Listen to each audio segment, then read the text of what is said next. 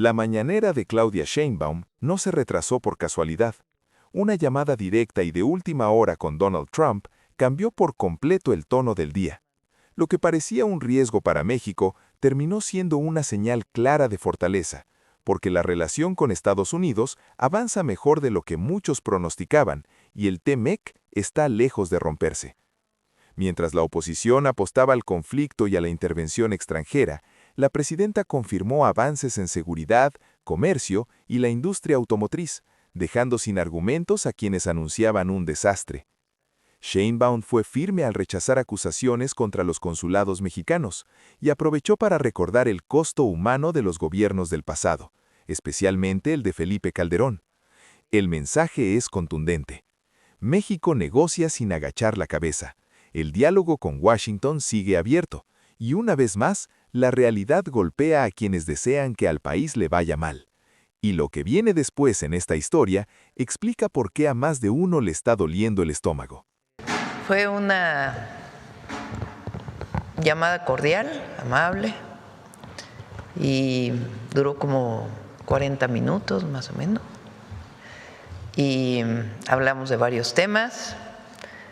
Ayer, como saben, estuvo el secretario de Economía con el secretario de Comercio y con el embajador Greer para seguir hablando del tema del tratado comercial. Y pues hablamos de varios temas y quedamos de seguir avanzando. Hay bastantes avances, pero todavía no podemos comunicar mucho más, pero fue una conversación muy cordial. Sobre temas de seguridad, los dos coincidimos que vamos muy bien. Y sobre el tema comercial, pues hablamos varios temas, que seguimos ahí conversando y avanzando. Mientras hablábamos llegó su esposa, Melania. Entonces tuve oportunidad de saludarla, ya saben que la conocí en Washington cuando estuvimos en lo de la FIFA. Y cerramos la conversación. Fue una conversación que él nos llamó ayer, ¿no, Roberto o Juan Ramón? Antier, como continuidad de la última conversación, y fue pues muy agradable y cordial. Hasta ahí puedo informarles. Tomamos algunas preguntas por el día de hoy si quieren, y mañana hoy vamos a Tijuana en la noche. Y vamos, ya les había platicado, vamos a ir a San Quintín. Vamos a hacer una cosa muy bonita. Ya saben que se hunden barcos de la Marina para crear arrecifes. Bueno, vamos a estar ahí, se va a hundir un barco para crear un nuevo arrecife. Va a ser una gira especial. Vamos a ir a San Quintín con el plan de justicia, con varios compromisos de salud, de educación, laborales. Y después vamos a Sonora. Vamos a estar en Guaymas. En Guaymas es donde va a ser lo del arrecife, lo del hundimiento del barco. Y vamos a hablar con varios empresarios ahí porque hay varias inversiones para el puerto de Guaymas que están en puerta. Algunas ya venían desde antes, desde el presidente López Obrador, pero todavía no inician. Entonces van a estar estos empresarios para poder anunciar diversas inversiones. Y ya, nos regresamos el domingo. El día de ayer se difundió un video, Presidenta, sobre el expresidente Felipe Calderón, donde le gritan en una institución educativa en París, Francia, asesino, lárgate. Los propios estudiantes que están ahí en esta institución parisina, preguntarle su opinión porque, bueno, los estudiantes dicen que él no tiene ninguna calidad moral para plantarse ahí a dar una ponencia. Pues sin comentarios, ¿no? Solito se explica lo que ocurrió. El periodo de Calderón dejó muchas víctimas.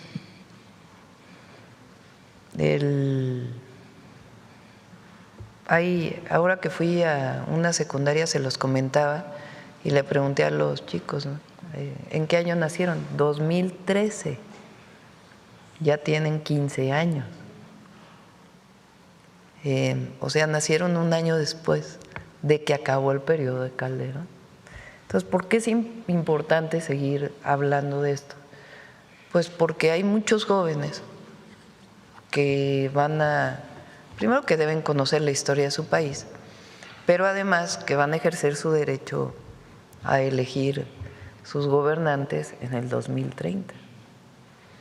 Y es importante que se conozca la historia. Ese periodo fue un periodo en donde de manera muy irresponsable declararon la supuesta guerra contra el narco. Y el propio presidente hablaba de víctimas colaterales, que eran necesarias las víctimas colaterales o que no importaba que hubiera víctimas colaterales. ¿Qué son víctimas colaterales? Civiles. Fue la peor época del secuestro. Y después supimos que García Luna pues estaba coludido con los narcos. Entonces hay que recordarlo y recordarlo y recordarlo, lo que fue aquel periodo de mucho, de un incremento excesivo por una decisión irresponsable y además por poner a una persona a cargo de esa guerra que resultó que estaba coludido y además que después siguió con mucha corrupción y que hoy está preso en los Estados Unidos, García Luna. Entonces, jóvenes allá, pues, increpan a Calderón. No le digo presidente Calderón, porque él llegó con un fraude electoral. Él fue presidente espurio. O sea, y hay que recordarlo también, en 2006 hubo un fraude electoral en nuestro país. Y él llega sin haber sido elegido por el pueblo. Esa es la historia de México. Y para legitimarse, declara la guerra contra el narco. Por cierto, la oposición ahora, porque si colaboramos con Estados Unidos, ahora ya mal, ¿no? Si no colaboramos, también mal. O sea, o sea, para ellos todo lo que hacemos está mal. Cuando hablamos con el presidente Trump y nos va bien, pues les duele el estómago, porque ellos lo que quisieran es que tuviéramos una mala relación con Estados Unidos. De hecho, eso van a buscar, que haya una mala relación, hablar mal del gobierno de México. Entonces, en fin, más allá de lo que ocurrió ayer, pues hay que recordar lo que pasó en México. Incluso, bueno, agregando a este punto también que quería tocar y que, bueno, lo de la colaboración, lo de los acuerdos con Estados Unidos en temas de seguridad que usted está mencionando, nada más recordar que incluso en las épocas del PRI, cuando el gobierno era del PRI, que fueron muchos años, hubo presidentes que fueron colaboradores directos de la CIA y que tenían incluso un indicativo donde tenían pues prácticamente eran como pues colaboradores directos, no sé cómo llamarlo, cuando ellos tenían ese papel directamente con la CIA. Preguntarle también, Presidenta, a propósito de la reforma electoral, bueno, que está en puerta, que se está revisando los foros, todo lo que se ha estado haciendo, es curioso, y yo quisiera también plantearle, el presidente del PAN, el señor Jorge Romero, que pues ha encabezado cárteles inmobiliarios, resulta que bueno, lanza una propuesta, reto, no se le entiende muy bien en un discurso, donde dice que dice, bueno, incluso propone que partido que reciba dinero del narcotráfico pierda su registro. Es irónico porque precisamente el PAN fue quien tuvo con García Luna un secretario que estaba trabajando con el narco. Automáticamente, bueno, si se hacen investigaciones, si hay dinero, e incluso García Luna recibió dinero del propio PAN, es decir, hay un contubernio ahí, automáticamente mucha gente en las redes sociales dice, pues se está dando un pie, porque al final de cuentas el PAN llevó a través de este personaje que está detenido en Estados Unidos en temas del narcotráfico. ¿Qué opinión tiene al respecto? Bueno, primero obviamente no debe haber ningún financiamiento que venga de la delincuencia organizada, ningún partido político, ¿no? Para dejarlo claro eso primero. Claro. Segundo, pues es muy hipócrita. Hay mucha hipocresía en la derecha. Como decía Monsiváis, José Alfonso. La doctrina de la derecha es la hipocresía. La doctrina de la derecha es la hipocresía. Y es así, como bien dices, es que ellos no hablan de García Luna. No hablan de García Luna. ¿Por qué no hablan de García Luna? ¿Por qué no hablan del periodo de Calderón? Eso es lo que deberían de estar haciendo, hablar del periodo de García Luna. Y otros conductores también de televisión, de redes, también deberían de estar hablando de su contubernio en su momento, porque hablaban maravillas. Y ahora, ¿cómo es? Esta boca no es mía, ¿cómo es el...? Es al revés, ¿verdad? Así debería ser en su caso. Esta boca es mía. Sí. Esa boca no es mía, deberían decir, ¿verdad? Sí.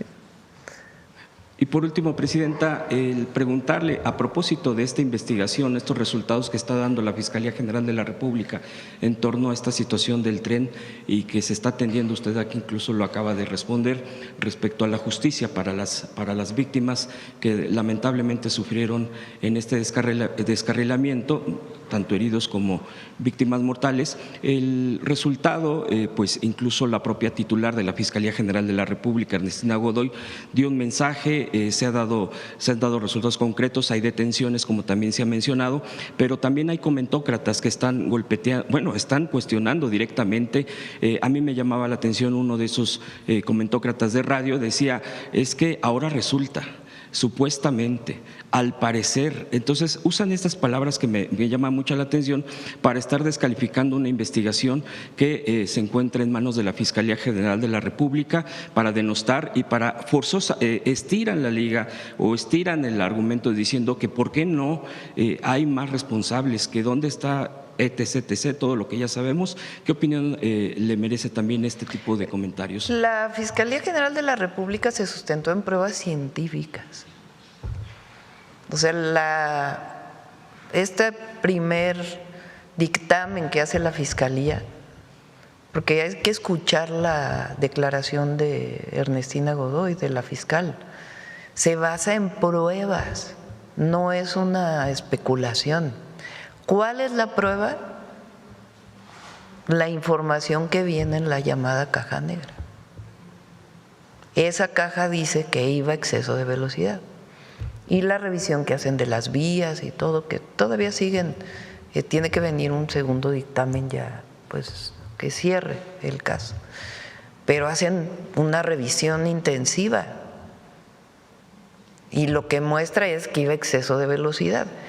Y incluso presenta un video en donde hacen una simulación basada en esas pruebas con el peralte de la curva, con el radio de giro de la curva, qué pasa si va a cierta velocidad y qué pasa si va a una velocidad mayor.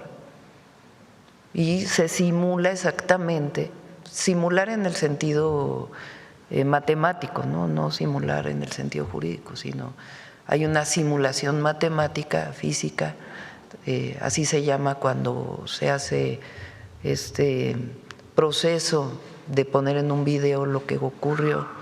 basado en esas evidencias científicas, cómo fue que al tomar el radio de la curva con exceso de velocidad ocurre justamente el accidente que lamentablemente ocurrió. Pero se empeña en denostar esa investigación. Bueno, pero ellos siempre, es como les digo, si tenemos buena relación con Estados Unidos, que la presidenta, ¿por qué tiene buena relación con el presidente Trump?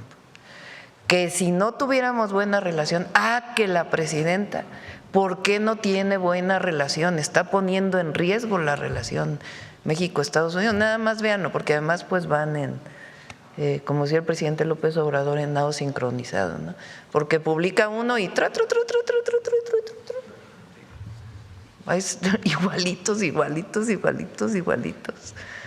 Yo creo que el 99% dice lo mismo.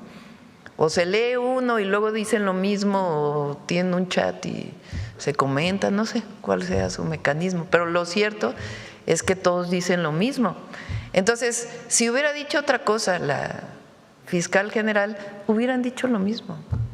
Entonces, lo importante para el pueblo, lo importante para la gente, es que escuchen bien lo que dice la fiscal, y ahí dice claramente que el dictamen de exceso de velocidad viene de una prueba científica que es la caja negra, que reporta cómo se movió el tren. Incluso dice en su video que en las paradas, en las estaciones, la caja negra muestra cómo la velocidad se va a cero. Y esa es una prueba para decir si estaba funcionando la caja negra. Dice, cada vez que llegó a una estación se iba a cero. Lo dice la fiscal. Eso es una prueba de que en efecto la caja negra estaba funcionando. Si no hubiera habido llegada a cero de la gráfica, pues quiere decir que no funcionaba la caja negra. Entonces demuestran que la caja sí funciona y muestran también, por cierto, que también en otros lugares también había exceso de velocidad. Lo dice ella claramente en su video, hay que escucharlo muy claramente como lo menciona. Y no puedo dejar de preguntarle al último, mañana es viernes y esta semana dijo usted que se vería el acuerdo concreto para que pague impuestos quien no quiere pagar impuestos. Sí. Entonces, no sé, preguntarle si ya Vamos se tiene algo. Vamos a esperar hoy y mañana. ¿Mañana informaría, presidenta? Sí, sí. Bueno, yo creo que vamos a esperar, ¿no? Hoy y mañana. Hoy y mañana. Vamos a esperar. Gracias, presidenta. Todavía falta. ¿Qué horas son? 10. 10. O sea, faltan 14 horas del día de hoy. Todavía tiene tiempo. Y 24 de mañana. Gracias, presidenta. A ver, la compañera y ya nos vamos porque la mañanera de mañana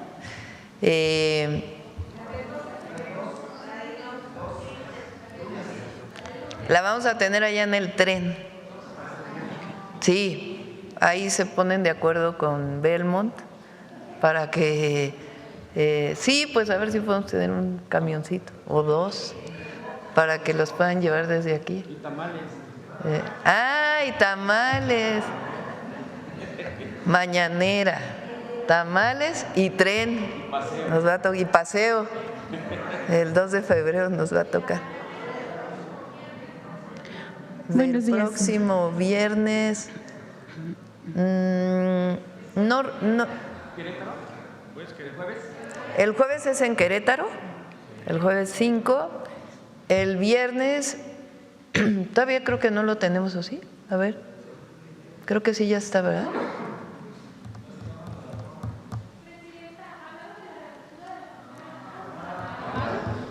No hablamos de eso, no. Buenos días, presidenta.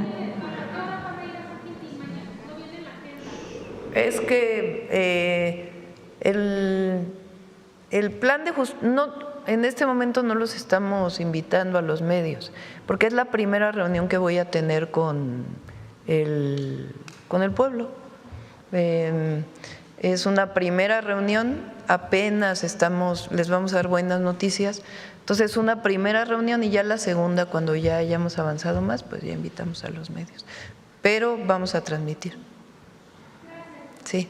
Buenos días, presidenta. Julia Bonilla, del periódico La Razón, y al mediodía con Javier Solórzano. Insistir con el tema de Canadá. Ya comentaba usted que sí lo mencionó el presidente Trump. Durante la llamada le llegó a mencionar o a referir intenciones de excluir a Canadá de la revisión. No quisiera yo hablar de ese tema. O sea, sí se habló del tema de Canadá, lo que ha mencionado públicamente, no lo mencionó telefónicamente. Nosotros siempre somos muy respetuosos con el ministro Carney, lo reconocemos mucho, lo respetamos mucho, y nuestro interés es que se mantenga el acuerdo comercial con los 3 países. Y eso siempre lo vamos a manifestar.